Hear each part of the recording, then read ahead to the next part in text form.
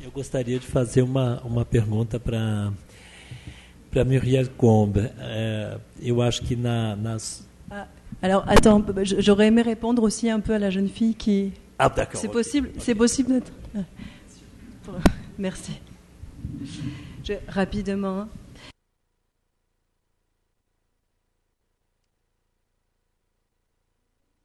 Me parece que Simondon pode ajudar a, como dizer, a trazer uma luz, talvez, a essa questão.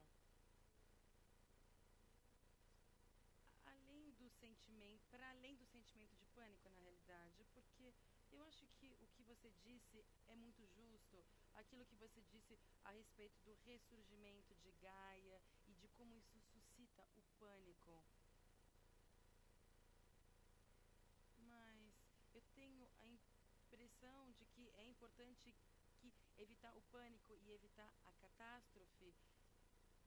Eu não vou falar exatamente sobre direitos dos animais, mas vou falar da relação entre o coletivo humano e o coletivo não humano.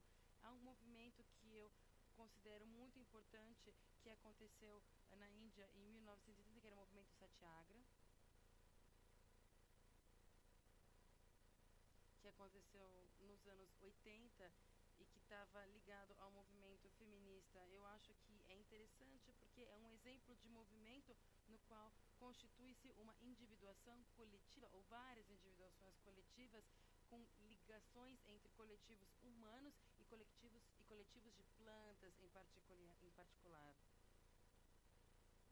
Quando os OGMs foram implantados na Índia, a ideia era criar bancos de sementes em todo o território da Índia, de modo que os camponeses permanecessem autônomos.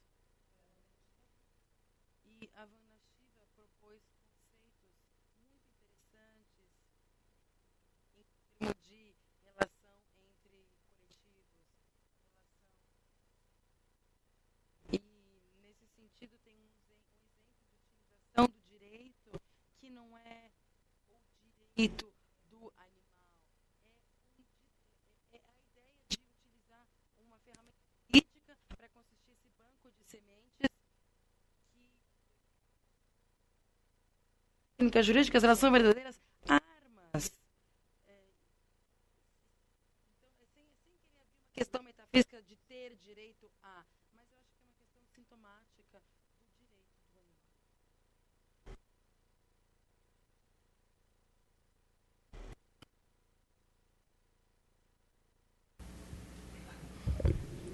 Eu queria fazer uma pergunta. Eu acho que na sua intervenção ficou muito clara a radicalidade do pensamento político de Simondon, né? Simondon como um filósofo político, e que é uma leitura bastante singular desse filósofo. Eu gostaria de saber como é que foi a recepção do seu livro na França sobre esse aspecto, o aspecto político.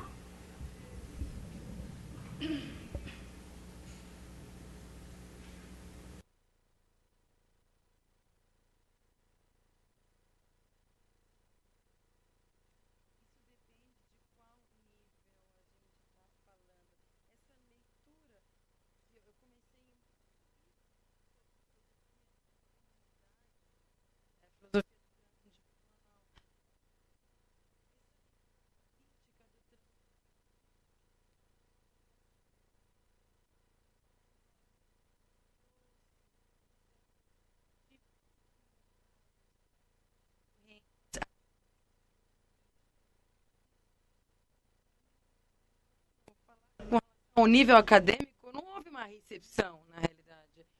Podemos dizer que nas correntes de pensamento mais ativistas houve uma certa recepção, mas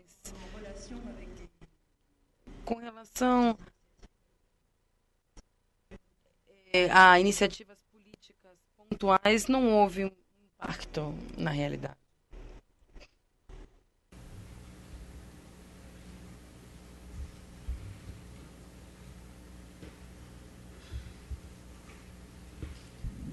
Alguém mais gostaria de intervir? Acho que foi primeiro o rapaz lá. Foi mais rápido no gatilho. Boa noite. Eu queria perguntar, desculpa, professor, eu esqueci seu nome. Isso, você falou que a experiência estética é algo sublime e perigoso também, né? Aí eu queria saber para você onde reside o perigo, assim, da experiência estética. É isso.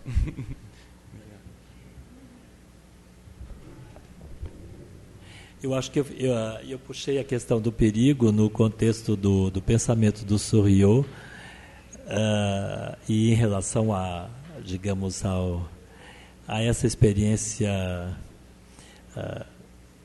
que a gente, digamos, de certo modo, eu acho que a gente não pode avaliar, né? Que é a experiência dos xamãs. Eu suspeito que essa experiência é uma experiência ao mesmo tempo perigosa. Ela é estética e ela é perigosa, também essa impressão, no caso dos xamãs, por causa, não pelo que propriamente é descrito a respeito dessa experiência, mas propriamente pelo grau de, digamos, de radicalidade da experiência xamânica, né? Se a gente pensar, por exemplo, que um jovem xamã Yanomami começa a sua iniciação começando a cheirar um pouquinho da Yacoana, e no começo do processo ele já tem, de certa maneira, o seu corpo faz parte do começo do processo da iniciação, o despedaçamento do seu corpo e a sua recomposição de um outro modo, e uma reconstrução desse corpo de um outro modo, e isso é o começo do processo, né? E se a gente pensar a força, digamos, da Yacoana no sentido, digamos, de uma desterritorialização imensa, que de certa maneira implica também num aprendizado de lidar com essa desterritorialização, eu acho que existe, quer dizer, eu suspeito que existe um perigo aí também, né? Um perigo, por exemplo, de você, eu acho que se não houvesse um acompanhamento por parte dos xamãs mais velhos e mais experimentados, que vão orientando o iniciando dentro do processo, eu acho que um perigo de enlouquecimento, por exemplo, poderia ser muito, muito grande, mas então eu acho que há um pouco desse perigo nessa impressão, né? No caso do Souriau, ele que diz que é perigoso, né? É perigoso não... é porque o sentido que ele confere a uma obra de arte é tão poderoso e tão maior do que a gente habitualmente entende por relação com a obra de arte, que na verdade, só pode ser o par que ele invoca, de termos que ele invoca para qualificar essa experiência, quando ela é efetiva, quando ela é instauradora, como ele diz, né, é sublime e perigo, né? É o sublime e o perigo juntos, né? O que implica justamente uma espécie de um ultrapassamento de si mesmo na experiência de um modo muito radical, né? Aí acontece essa impressão estética verdadeira, que ele diz, impressão estética essa que é num encontro com o real e que não é a impressão estética com a obra de arte, é para além dela, né? Então é mais ou menos isso. Eu não sei se eu me fiz entender, mas eu acho que a mim me pareceu que, do que eu vejo que acontece com os xamãs, a radicalidade do processo no qual eles entram, que é, para nós, de certa maneira, no meu entender, quase que inimaginável, de tão longe que parece que eles vão, né? E eu acho que a gente não suportaria, né?